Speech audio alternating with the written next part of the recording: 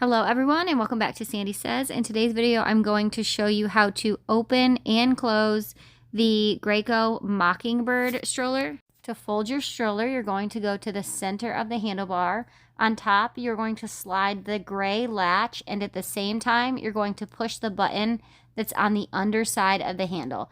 You need to hold the button slid to the left while pushing the gray button at the same time, and then push the entire handlebar to the back of the wheels and it will fold and it should automatically latch in place. To open your stroller, you're going to lift up the black latch on the left side. Lift up the black latch and then pull up on the handlebar and pull it all the way until you hear it click so you know that it's locked in place.